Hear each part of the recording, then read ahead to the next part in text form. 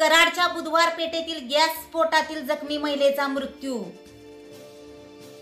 मयत महिलेचे नाव अनिता सुनील मोरे, वय वर्ष 48।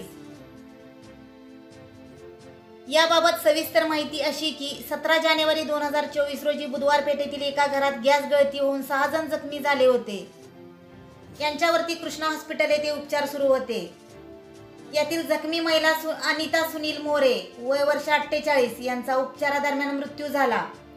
कराडमध्ये गॅस गळती संदर्भातील ही दुसरी घटना असून याबाबत माय मराठी टीव्ही तर्फे लवकरच आम्ही एक वृत्त प्रसिद्ध करणार आहोत। एजन्सी मार्फत घेतले जाणारे 236 रुपये कुठे गेले?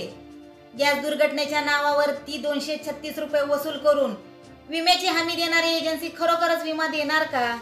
अशा बऱ्याच गॅस एजन्सीच्या मार्फत सुरू असणारे गौड बंगाल माय मराठी टीव्ही तर्फे आम्ही लवकरच नागरिकांसमोर आणू। रहा अपडेट माय मराठी सोबत।